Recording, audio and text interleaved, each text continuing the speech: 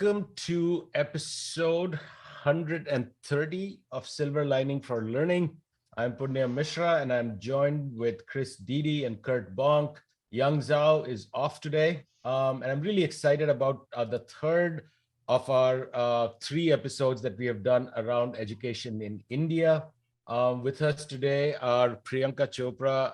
Priyanka Chopra, can you believe I said that? Did you actually say that?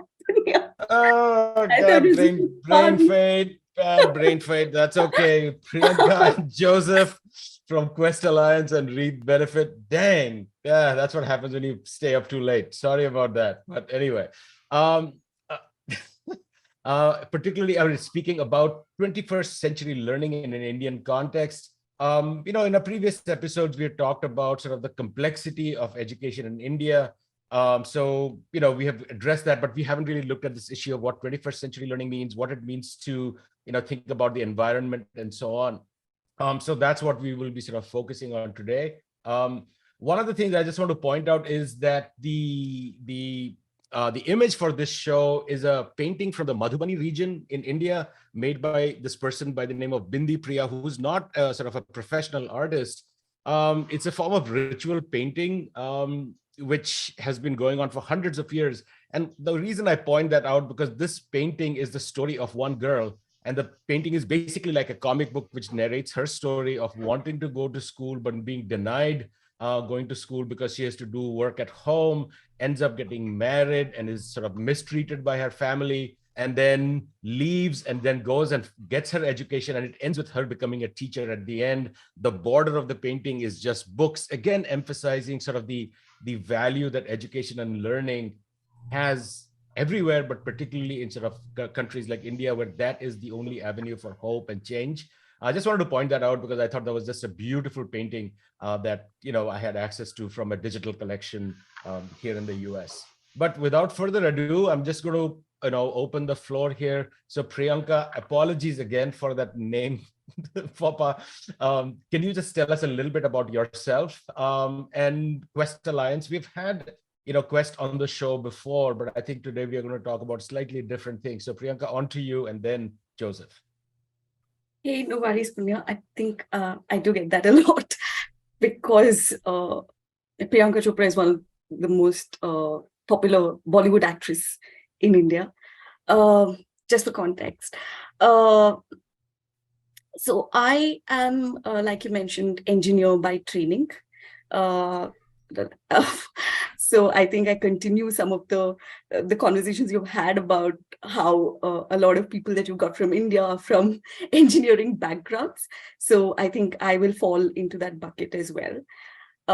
But again, I don't know if I mean, it was the 90s. In India saw the Silicon Valley boom, where a lot of outsourcing of IT firms came to India.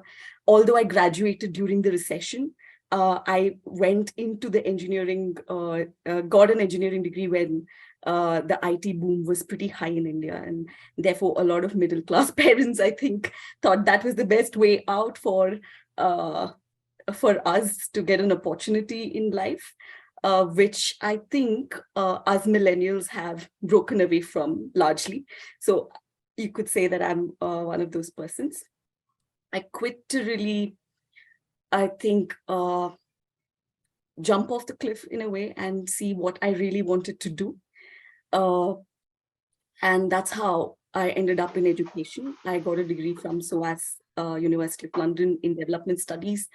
Necessarily because education and development, I thought, were like some of the problems in education are deeply entwined, especially in India, with developmental problems. So we know that there are a lot of dropouts in India, and one of the best ways that the Indian government was able to tackle some of this is through developmental initiatives like the midday meal scheme. So that drew me towards the development side, but I returned to education after a brief period in working as a researcher. I still work as a researcher, but I returned to working for an NGO to my first passion in education. A little bit about Quest Alliance itself. I work for Quest Alliance, and I know you've had episode 43, where Akash Sethi had come over to represent Quest Alliance. So Quest Alliance really works on, so considering that there are considerable dropouts for various reasons in India, like over 40% of the students do not drop out by class 8. We also know that there are various reasons for this. Some of the contextual realities are very different. They don't find the classrooms very engaging, and there have been like a lot of debate around it. We also know that nearly like over half, like our population is very young. We have a demographic dividend, but again, a lot of young people don't get the right opportunities, quit the jobs because they don't know, they don't think they are getting what they are really getting into. Amidst all this, I think there's always, we believe that despite the structural problems, there's always some way or some way to move past your structural barriers. And we think that one of the things is through self-learning pathways to enable successful school to work transitions, but also really to see yourself as somebody, to give some agency back to yourself in terms of learning, in terms of just being able to take some control over your life, while also advocating that self is part of the larger social. We are influenced by different elements of the social system itself. And therefore, how do we shift some of these power structures that withhold the students? So in a way, also what enables, what kind of environments enable self-learning for young people? So how do we also work with larger systems, say in formal spaces, in schools, in the vocational education system that we work with, in secondary and middle schools that we work with? So how do we shift some of the cultures, and how do we build environments for young people to have that autonomy back in themselves? So yeah, Thank you, Priyanka. Joseph, on to you. A little bit about yourself and your organization. Then I have another follow-up question, then we'll just open it up to Chris and Kurt. Oh, sure. I wouldn't have mind if you had called me Shah Rukh Khan, but nobody makes that mistake. Yeah. So, yeah, I take care of learning and development at eBenefit. Of mentors. I started off as a mentor 4 years back, and now I have enough experience to sort of guide and support mentors who are at eBenefit. So that's what I do. A little bit about eBenefit. We are trying to build a muscle, civic muscle in young people in India, where they can go ahead and solve local climate change issues in their streets, in their neighborhoods, and in their communities. So we have this very ambitious aim of working with or engaging with 10 million action-oriented youth, who we call as Solve Ninjas, young people who are trying to solve problems in about 5 years. So that's what we do. And So, Joseph, how did you get into this field, given your background in engineering? I mean, can you tell us a little bit about that? I'm always curious about that, selfishly speaking, having done the same journey. Yeah. So I started off as a product engineer coming out of college. I was doing that for about 4 years. I like building things, but I wasn't very happy doing that job. I wasn't also very good at it. And then I just like what makes me happy. I like working with children. And so I was trying to find organizations in this space. So eBenefit interested me because there was a lot of problem solving in it, and also working with young people. So yeah, I mean I'm not a serious person despite all the beard and the long hair, and also I just like working with children. So that's it. Awesome. Thank you. So one of the themes today, we wanted to talk about was this idea of 21st century learning. And and given that we are sitting in the middle of almost like a quarter of a way through it, maybe we should have been talking about that 50 years ago to prepare for it. But that's become sort of a catch-all phrase for a whole variety of different things, typically having to do with technology, and digital learning and things that way. But I'm just curious to understand from both of you how you are conceptualizing it, particularly in the context of India, where the context is very different. So maybe Priyanka, start with you, and then to Joseph. And Chris has a question. And Chris, after those two, we can jump on to you. Thanks, Punya. I think again, I think we have a lot of 19th century problems in India as well. Like, I think it's important to acknowledge that we are sitting on immense diversity and immense possibility, but we are also sitting with some 19th century problems, like especially during the pandemic, a lot of young girls dropped out, child marriages have increased. So I would say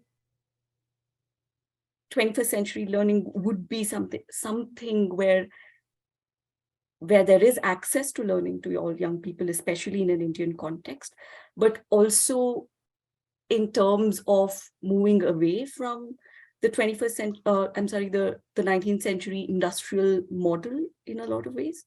And for once, really, like, perhaps thinking that the learner has some agency and we can trust them to build the learning experiences and give them some voice. So I think that would be one of the key things for 21st century skills. And also not to I think a lot of our education system does, and I think as families also, I mean, the idea of a child having rights on its own, right, and treating it like a human being is not widely like, even in families now, like, home can be a space of great risk. But having said that, like, can we bring that idea of a young person, a child, also having full capability of making the choices that they want to make in terms of their own learning, and allowing them that space? Because I think in terms of scholarship, there's been a lot of movement in terms of how learning happens. Like, how do we understand stuff? What enables maximum transference in terms of our daily lives?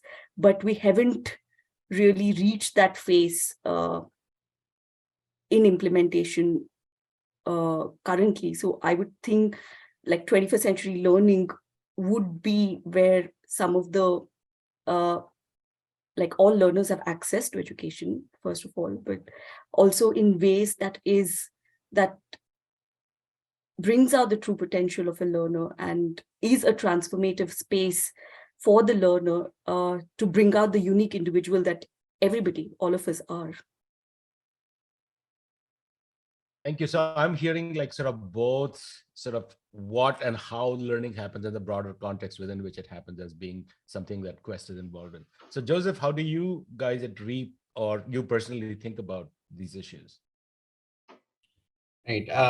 Yeah, I mean, I think there's a recent UNICEF study which says that 3 out of 4 young people in the world don't have the skills to sort of thrive in terms of employment opportunities, decent work, entrepreneurship, and there's enough research which indicates that problem solving helps build these skills, and we've identified 10 skills that we feel, hey, if a young person goes and tries to solve this problem, there's a potential that they can activate any one of these 10 skills. So some of these skills include citizenship, collaboration, communication, grit, applied empathy. Yeah, so we are not trying to build skills. We are trying to support them in solving a problem, and in case they can activate any one of these skills, great, or they might be using some of these skills that they already have in solving these issues. Yeah, I mean, I like, just in terms of my own confidence, like when I came out of college, I came out of a pretty good college, but like when I started working, I realized that I don't have any real skills to sort of succeed in this job, and I struggled for a couple of years, and then I slowly started picking things up, and then 4 years later, when I started solving problems that are there in my community, I could see a rapid change in terms of dealing with failure, finding different ways to look at the same problem, asking more questions. So yeah, at the moment I started problem solving, I think I would say I started thinking better and sort of growing much better. Yeah. Thank you. I have a couple of, there's a one question from Zhao, which I will bring up later, and I have a couple of more questions. But Chris, on to you, and then Kurt, and then we'll circle back. Well, I want to go back to what you said about agency, because this is something that I've been thinking a lot about. I'm an advisor to a federally funded project here in the US about self-directed learning by college students and giving students tools for self-directed learning, both as a means to lifelong learning and also as a means to not just being limited to whatever happens in a teaching by telling, learning by listening situation. And I'm also part of a lab here at the Harvard Ed School, the Next Level Lab, where we've written some briefs about the importance of agency in learning, that students who are agentive learn faster, learn better, learn deeper than students who are not. And I teach a course on motivation and learning every spring, and as I relate what I hear in these settings to the course, it seems to me that there's an intellectual dimension, an emotional dimension, and a social dimension. So intellectually, metacognition, being able to understand your own thinking, understand how you are individual and different than anybody else, and then taking charge of your learning, or at least negotiating about how you learn, when you learn, what you learn. The agentive part of personalization is really crucial. Emotionally, there's lots of beliefs that hold people back, including and especially people who've been marginalized by society. They have stereotype threat, they have imposter syndrome, they have, fixed mindset beliefs, and so on and so on. And helping them to recover from what society has done to them, or perhaps even their family has done to them, is part of the emotional journey people have to take if they're going to be agents, if they're going to have a feeling that they can change the world, that they can tackle 21st century problems, and they themselves can change the world. And then socially, I've written about dispositions, and we see that in the pandemic, that when you're given an opportunity to use your knowledge and skills, some people aren't able to apply them, and other people are. And resilience, tenacity, inventiveness, self-confidence, these are dispositions that we've seen are important in the pandemic, but they're going to be important in the next 50 years because we're in such a troubled period in the world. So I don't know if any of this resonates with you in terms of how you think about agency, or if some of these are strategies that you apply as you're interacting with young people and giving them a sense of personal agency. So I'd just love to hear your thoughts about how I framed this.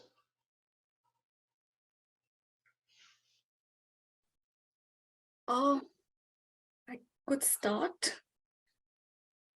I think some of it, does resonate, Chris. Like, we do have a living document on self-learning where we say that learner identity, and does the learner really believe he can learn? And that's very gendered.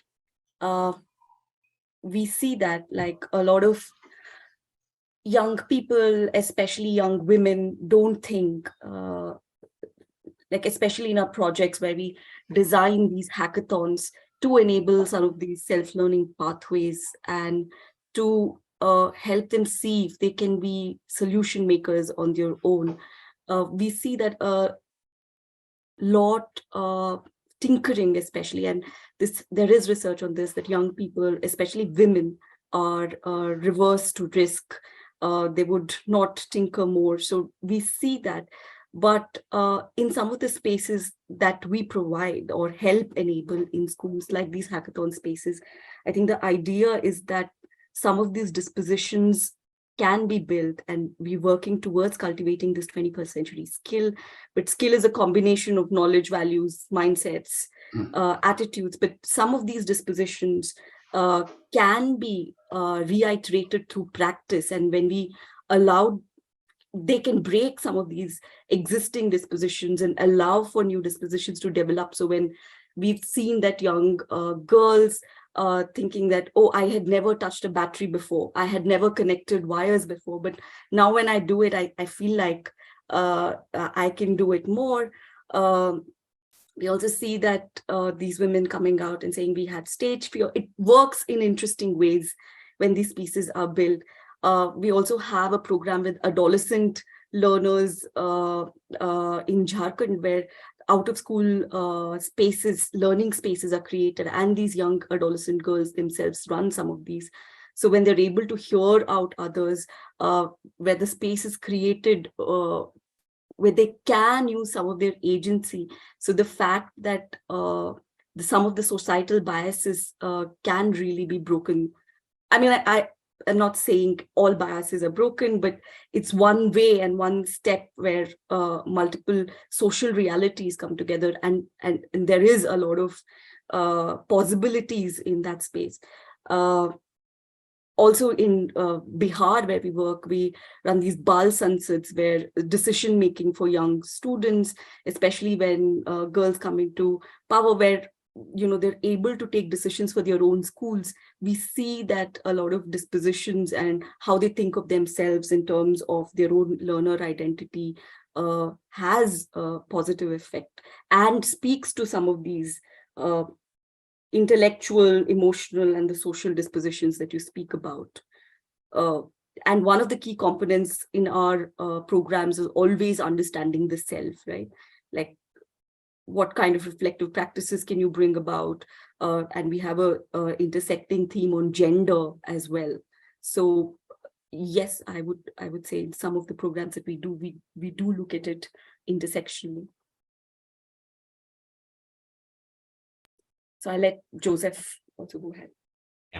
Thank you, Priyanka. No, I was just thinking, like, as a mentor, like when we interact with our Solve Ninjas, like what do we say on these things that you had mentioned? I think one is, like, we sort of flip it. We tell these Solve Ninjas, nobody believes that you can solve these complex issues. Nobody really thinks that you're going to succeed.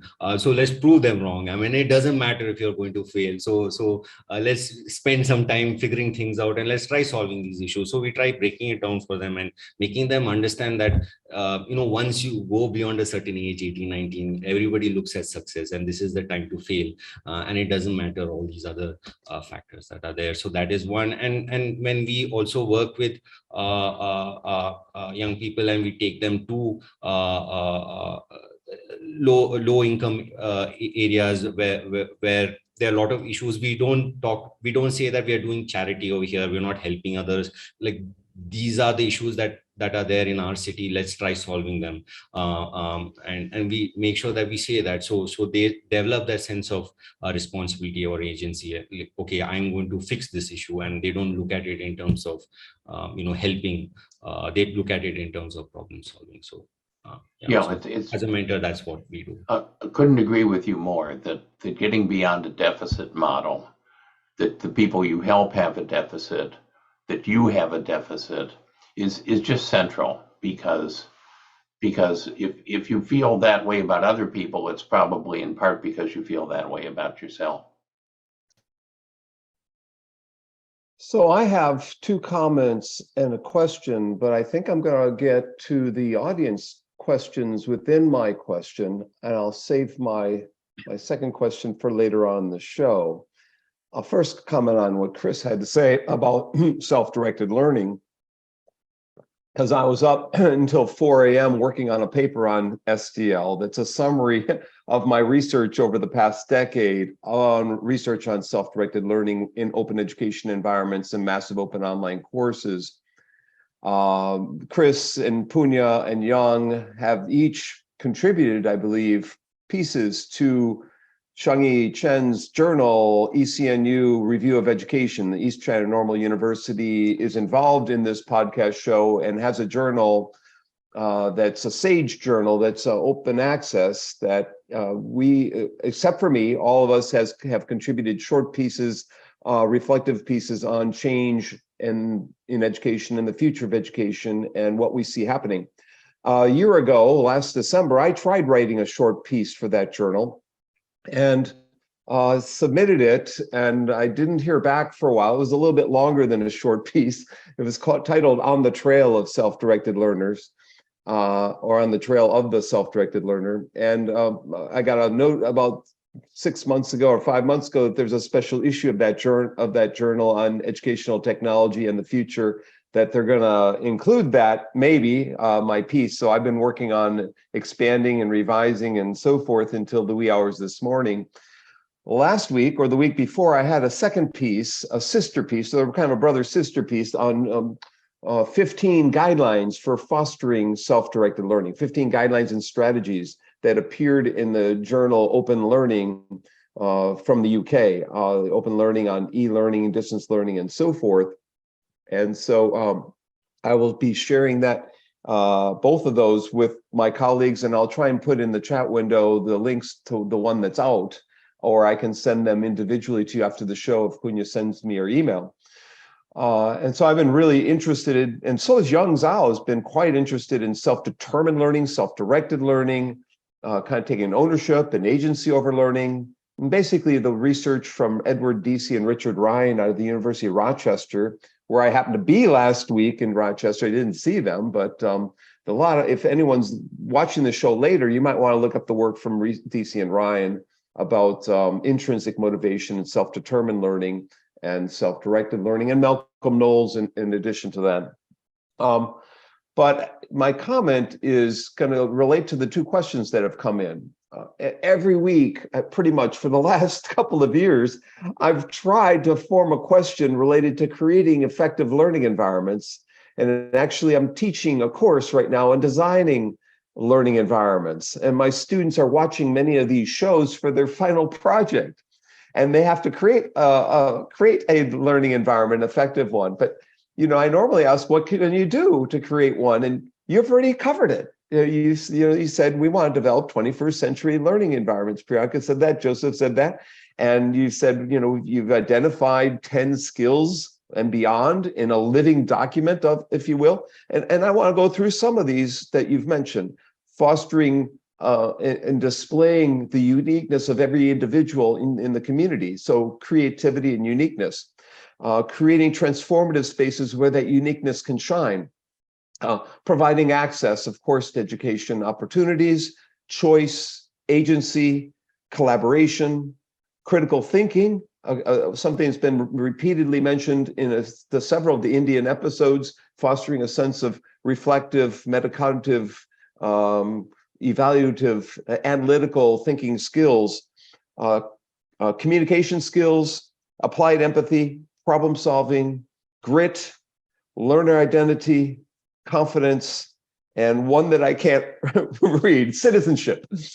So I want to see if there's anything that I missed in that list, and go to the two questions that we've got that's come in from Rama. While we talk about 21st century skills, could you throw some light on authentic learning as an agency creating method? How do we bring more of that? And from Dodzi, my good friend who I was chatting with yesterday, Dodzi from Quebec, from Ottawa, actually, building on agency and its importance. I'm thinking about how a sense of self-efficacy in students can help strengthen their dispositions. Any thoughts? So I had my principles or your principles listed. They've listed some things. Are there things you want to comment on in terms of their questions, or other things that you might want to elaborate on or add to the list? That's a big question for you.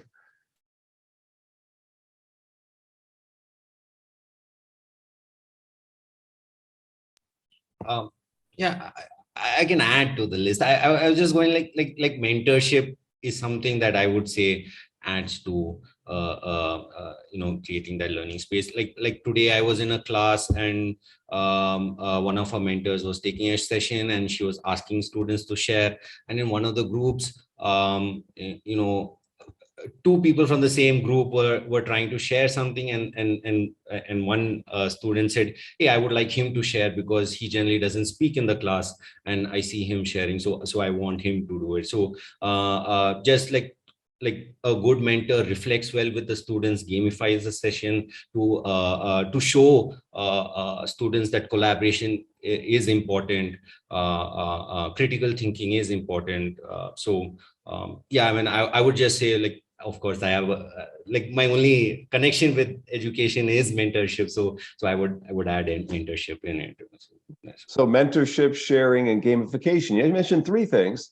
And actually, gamification is our 15th of 15 guidelines for fostering self-directed learning, actually. So thank you for that. Priyanka, you have things to add or share or comment on the questions that came up? I think self-efficacy is one of the big things in terms of just belief in yourself, in terms of learner identities, right? Like, do you believe that you can learn? Do you believe that you can create spaces where you're able to navigate the power structures and the authority? There are several outside influences that actually inhibit somebody from being a self learner, right? Like, environments are not completely away, so there is considerable power and authority to deal with. But and therefore I think environments is also key, like Kurt brought out. In terms of addition to the skills, I can think about a particular skill as a 21st century skill, but I'm not sure if that's the question. The question, I think, is on what additional skills do a self-learner have to have. So I'm going to pause there. Yeah, anything you can Thank say you. that might help my students write their final papers and know that they're on track for creating effective environments. Anything during the rest of the show that you might want to add, because I'll send the links to the show to all of them as they frantically work on those final papers. It's been great so far. So thank you very much. I was just thinking one point, Kurt, and if I may add, that is like also, how do you root your, say, generational wisdom that you have? Intergenerational wisdom is also something that we focus on in terms of self-learning. So a lot of ways, I think learning is, because it is also a state project, sometimes I think the nuances of communities, the nuances of what kind of skills and what kind of knowledge do you already bring, right, as a community, that gets lost. So how do you like bring that intergenerational wisdom is I think also, and that's the reason, like, there are researches where, there was a research which spoke about how a student, when asked to solve a mathematical problem by a teacher, couldn't get it right by the method that the teacher had taught, but he was a person who was going out to sell stuff, and if you had asked him just like that, he was able to answer how what were the mathematical problems that whatever question they were asked by. So this breaking of standardization and really bringing that environment where you enable intergenerational wisdom is something that I would like to add from what we've been thinking at Quest. Thank you, Priyanka. That, and then Joseph as well. I think this intergenerational one, I think that's such a powerful idea there. And the idea, and again, I think it connects also with this idea of mentorship, because that's how you are, at some way, that the transfer can happen. I'm going to shift directions a little bit to go to Zhao's question, which he had sort of mentioned before we started, because he can't join us today. And that has to do with like your organizations, whether it's We Benefit or whether it's Quest Alliance. Priyanka, you mentioned that, education is a state topic. It's a topic, when you think of citizenship and you think of education broadly, particularly in India, education, the government plays a very important role. And so you are part of a broader system, as NGOs working within this broader educational space, right? And so, so there are two sort of aspects to this. That one, you could potentially be disruptors in that system where you can go in and you can provide alternatives to the way education is normally happening. And it's clear that, from what you have spoken so far, that is one of the things that is happening. But there's a flip side to that as well, which is that in particular in India, I think, and this came up in the last conversation as well, is that there are so many NGOs working in this space, in this education sector, broadly speaking. And so one can almost see that the school system or whatever was inundated. And so then there is only so much time that all these different groups can work. So there is that other kind of disruption as well. So that can sort of lead to a pushback from the system. And so just curious about how you work with the traditional educational systems and manage to find the relationships and structures that allow you guys to do the work that you are so passionate and committed to, but within along with an educational system which may or may not value that and may actually be pushing back at it. And so just sort of a broad question about the context and systems that you are working with the educational setup, and either of you can start up and the other can follow. So whoever wants to jump in. I hope that question makes sense.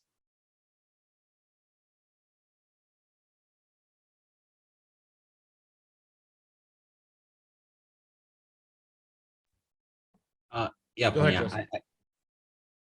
Joseph. I can start.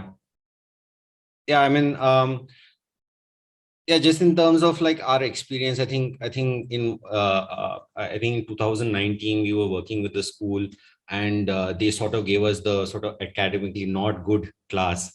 They weren't really trusting like our engagement, or like what we wanted to do, and we worked with them, and like at the end of our program, we were able to actually do a study where we showed that the students in the academically not good class where we engaged with had higher scores in terms of skills compared to the other grade that we had not engaged with.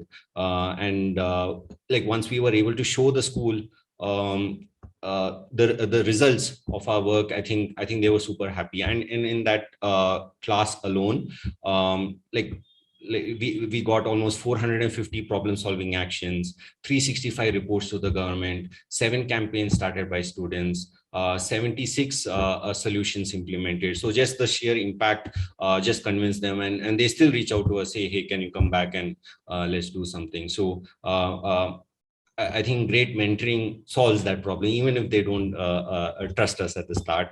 And with schools that with schools that actually support us, I think yeah, sometimes it doesn't work out with them, sometimes it does. Like once we have the school support, we are able to sort of really bring about change in the school, in the communities around the schools, in the neighborhoods around the students' homes. So yeah, I mean, that's what like from my experience, that's what I've seen. Thank you, Joseph. Priyanka? Sure. Thanks, Joseph. I think I concur with Joseph, and this is something that works for Quest as well, is that demonstration of success, right? Like, I mean, as long as you show one thing is that you're on the same, you're trying to solve the same problems, to just establish that you're helping them and not really and having that equal power relation, but also demonstrate. Even Quest, for that matter, started out very small. It started as an innovation lab, and the success that we had in some of the interventions that we did then had people coming to us. In fact, some of the governments or some of this. So I think demonstration of success initially is one of the key things. And the second thing is also that to really align some of your interventions also to what the state schools are in need of, right? Like, for instance, in the vocational training institutes, we have career uh, uh, industry connect fellows who help make that industry connects, and what are the industries in the areas, what is the demand, and also help in placements for young students in the vocational educational institute. So there are some of the like problems that government schools as well as the TVT ecosystem is sitting on. So working along with them and showing the value, aligning with your motives is something that I would think Quest does, and that is why we're able to work with the over 11, close to 11 states in India. And hopefully by 2023, we'll be impacting 4 million learners and educators together. I think the second thing is, like you said, Sundar, like there are a lot of NGOs, but there's a huge movement right now. We work with several local NGO partners where we bring them together onto a common agenda. A lot of network building, collaborative, so our energies and focus are aligned in the sector and not diversified, is also something that we work strongly towards. Thank you. Thank you.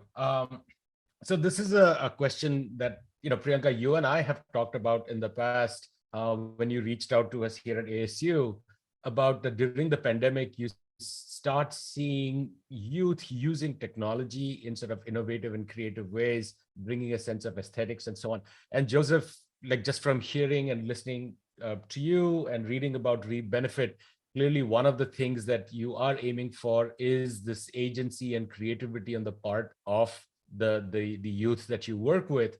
So Priyanka, maybe start with you. Tell us, I found that super intriguing and interesting. And so I would love to share, have you share that with both the co-hosts as well as the wider audience about some of these sort of aspects of creativity that you're seeing young people use, particularly in social and digital spaces. And then Joseph, just following up broadly on this idea of creativity, that, all these things lists that, that Kurt and you added to, but how that is leading to generation of creativity among the youth and agency. Would love to hear some stories or examples of that. So Priyanka, starting with you, stuff that we have talked about one-on-one previously.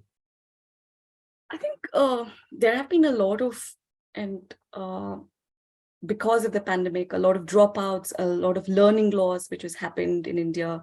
Child marriage has increased, child labor has increased in India. But also one of the things that we see on the ground is a lot of first generation learners having access to mobile phones because almost 2 months on and off of school closures meant that parents were really worried. So even if they had earlier only a usual digital device and not really a smartphone, they bought smartphones so that these children would be able to access learning.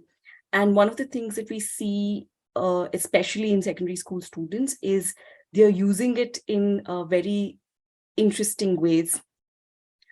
For instance, in Telangana, in the rural regions of Telangana, in Oblukeshwar, we saw that a lot of young people, now again, this is very gendered as well. Like you would see less number of girls using the device and having access to this than the boys. But we see that a lot of them had begun to have Instagram accounts and had these really interesting learning design softwares and had these interesting grid lines that they would apply to. We also saw that in Jharkhand, where a young boy, actually a Santali boy, one of the tribes in Jharkhand, had bought himself a YouTube after having to drop out from school or a long absence from school, working somewhere else to help his parents during the pandemic, but I think this is in the vocational institutions, but coming back and then purchasing a YouTube, but going through YouTube learning and liking videos that he liked and like to look through. We're also seeing that in young people's aspirations changing in terms of how creativity, like their creative pursuits, we see that especially in secondary school students, they want to be artists, they want to be dancer, they want to be musicians, but they really don't know how to get there. So they're already creative, but we also saw that some of this access to the internet, like for instance, we had a boy from Hyderabad who told us that he now has decided that he wants to be a graphic designer because he saw a video on graphic designing skills and saw that it involved a lot of drawing and art, and he likes to draw, so he was able to map these back to what kind of careers he can take up while actually learning some of the graphic designing skills and using his creativity also. But we also see that some of them hold aspirations now to become Instagram influencers as well, using creative means and making these creative videos online and having public accounts, and even in some of the most marginalized communities. Thank you, Priyanka. So one of the stories that you didn't share was that this kid who came, I think was it to you or Bhavna, and said that, we can, I can show you how to create fake followers so that you can have, your account can have more clout, which I thought was creativity in a completely. Yeah. And this was in the T tribe community, which has in Assam, which has it has 50% drop rate in the state. And it's hugely marginalized because there were the T tribes itself has a history from colonialization, the time when the British were here, of bringing them from various states to work as laborers in tea estates. So this is from a tea estate community where the kid actually told me, do you know how to make fake followers? I can actually tell you how to do it, and also tell me how to make money out of Instagram. So yeah. Funny. That's awesome. So Joseph, I mean, it's clear, I mean, even when you describe the number of projects and ideas that came out, that clearly these are novel, these are, effective, which is sort of the core definition of when we think about when something is creative. Can you give us some examples from your work or the work that Reap Benefit does?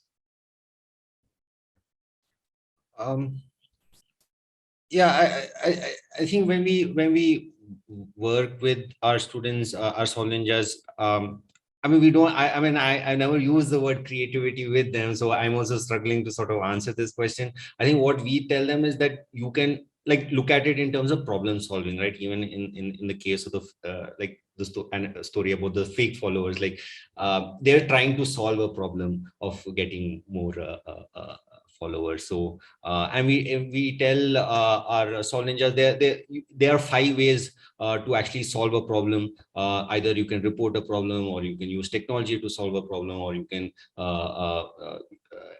use your hands-on skill to solve the problem, or start a campaign to solve the problem. So we look at it in that aspect. And and for me personally, the most creative solutions are the most simple solutions, and the solutions that last for a long time.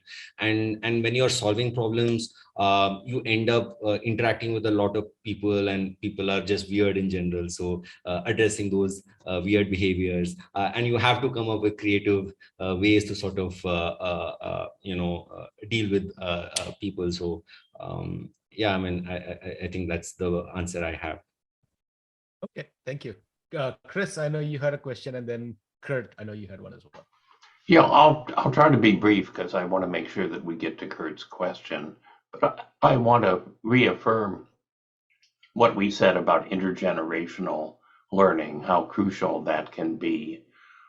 In looking at lifelong learning and studying different universities' vision for lifelong learning, one of the interesting ideas that emerged was Stanford, although they haven't implemented this, thought about a concept called open loop university, where you would get your time as an undergraduate, but then you would also have the option to come back mid-career for a year and participate in the university community, taking classes and so on, not necessarily to get a degree, but just to become part and to bring your knowledge and wisdom back into the community. Harvard has a program called the Advanced Leadership Initiative, where people who have succeeded outside of education and social services in making a big difference in the world, somebody that's a successful investment banker, or somebody who ran, a major company, they can come to Harvard for a year. They have to pay for the privilege, but it's an opportunity to interact with people in the university community, take courses and so on, share what they know with students. And my experience in general is that when you reach out to people who aren't necessarily, big leaders, just people who have done things in the world, and you ask them to interact with young people and share what they've done, they're always grateful, or almost always grateful, for the opportunity, and it makes a big difference to young people. I think in particular doing a job of matching is important.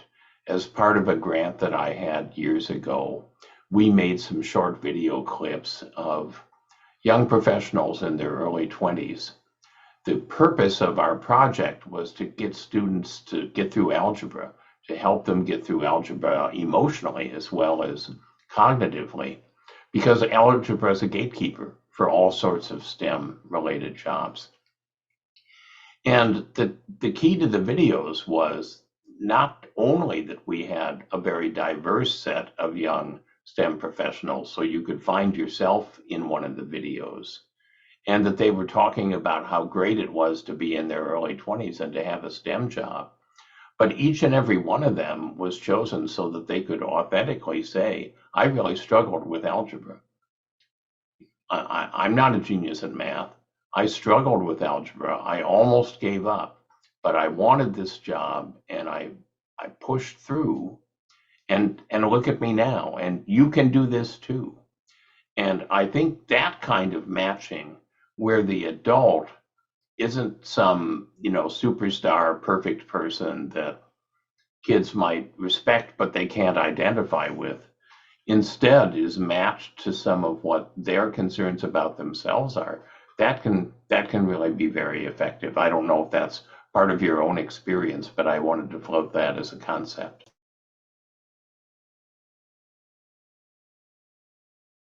I think we see that, especially we do this role model interactions with students, to just say that, we know that women are lesser in the STEM fields, and to just bring them to the fact that there are other people like you who look like you and who've been able to actually surpass some of the barriers. And there are some interesting questions, not just on STEM, like there are questions like, are you able to go outside the house without your if the parents don't permit, can we go outside the house, but we want to go out? So very basic questions even that come by, but yeah, bringing people who look like you, I think something that connects with what Joseph was also speaking about in terms of mentorship and the role model interactions that we do with young people corroborates what you're saying, Chris.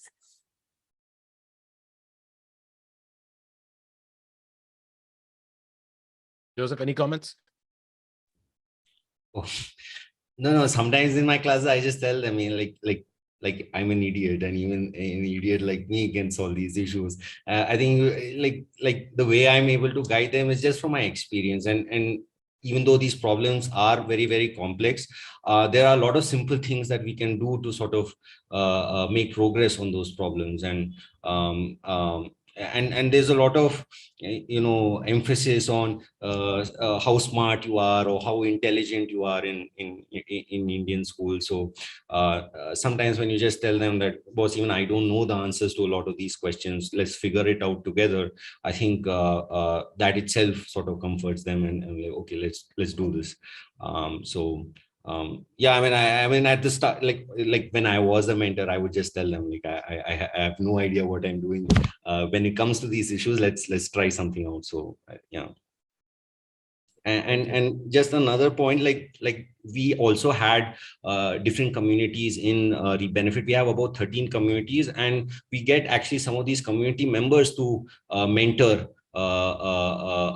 young people, and the way they are able to do it, even though they are in college or some of them are in school, they don't know what mentoring is or facilitation is. They're just going back to their experience of problem solving, and just using stories and anecdotes to sort of guide these people, and they were able to do a very good job.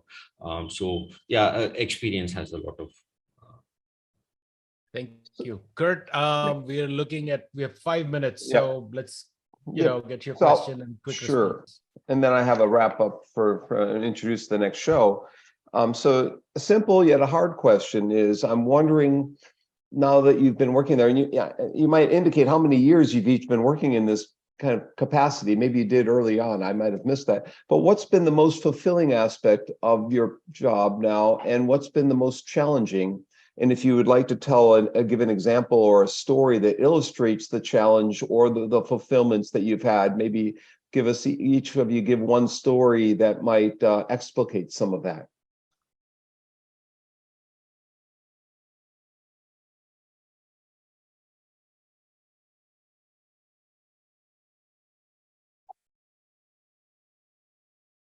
Whoever would like to go first, just jump in.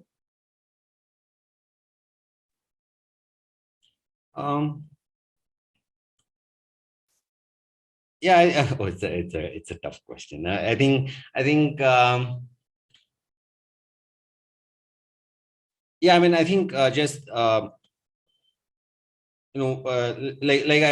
like I struggled in the first year because I came from an engineering background. I was doing product engineering. Like, mentoring wasn't easy to me, and one of the first few stall ninjas I worked with, there was this one particular ninja, and there was this big road in front of our home that was not laid for almost 10 years, and there was an open drain there as well. And I just went back. I just trusted the process of problem solving. So I said, hey, let's try to understand why this issue is here. Let's try to understand quantitative data about this problem, qualitative data about this problem. Then she realized that the best way to solve this problem is by reporting to the government. And then together we were sort of figuring out who the right person to report to is. This took some time. And 3-4 months later, she came back to me and said, Joseph, you weren't able to help me at all. And let's continue figuring this out. And we ended up reporting to the municipal commissioner of this particular city, and she went with a letter and she reported this issue, and the commissioner said, hey, I'll do something about this. And for 1 month continuously, she was calling him every single week, just following up on this issue. And she told me, Joseph, I'll make sure that this gets done. So and in 2 months she got that entire road laid, the drains covered, and the commissioner himself was very happy. He made her inaugurate the road, and he also enrolled his children in that specific school. So of course she had a lot of support from the school. It's also as well as we tried our best to sort of mentor her in this process. So when her story came in the newspaper, I was just very happy to see that. So I think yeah. So Priyanka, we just have 1 minute left, maybe even just 30-45 seconds. Would you like to add to that? I think it's a very difficult question, Kurt. Seemingly simple, but very difficult. So I'm going to try, like at the top of my head, what I find fulfilling is just when young people tell me that we would like to be like, where you are, or in terms of, me becoming a role model myself in some ways. I think that's something which is the most fulfilling. And the challenging part is some of the most heartbreaking things that happen when we conduct researches with young people. Like you will have, like in our recent research, recently at least, like every FGD, like some woman or the girl crying.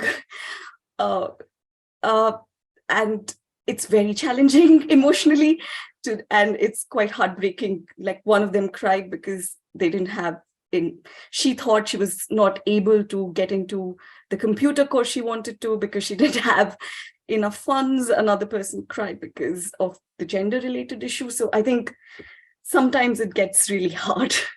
So yeah, that's great. The emotions are all part of it, right? And it's the everyday human experiences that we live and breathe in our different positions where we see the most change.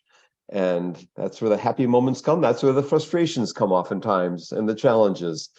I want to thank you both for coming in today for the third show that we've had on India recently. And each one of them have been enlightening. So people who are watching this show should also go back to the previous shows and maybe watch them as a series, like a binge watching on Netflix, But I do need to introduce the next show, but I want that Punya have a final comment before I introduce the next show. Maybe Chris has a final comment there. Oh, no, I just want to thank both of you. I know it's late over there in India right now, so appreciate your coming in, sharing your journey and the work that you do. And as always, I think I leave these conversations more inspired than ever. And so, yeah, just thank you for your time and appreciate it. Thanks to both of you. So we have to introduce episode 131. It's called Stanford Code in Place. We have 10,000 students from 120 different countries taking and learning computer programming from 900 teachers. That's likely the most teachers who have ever taught a single class before.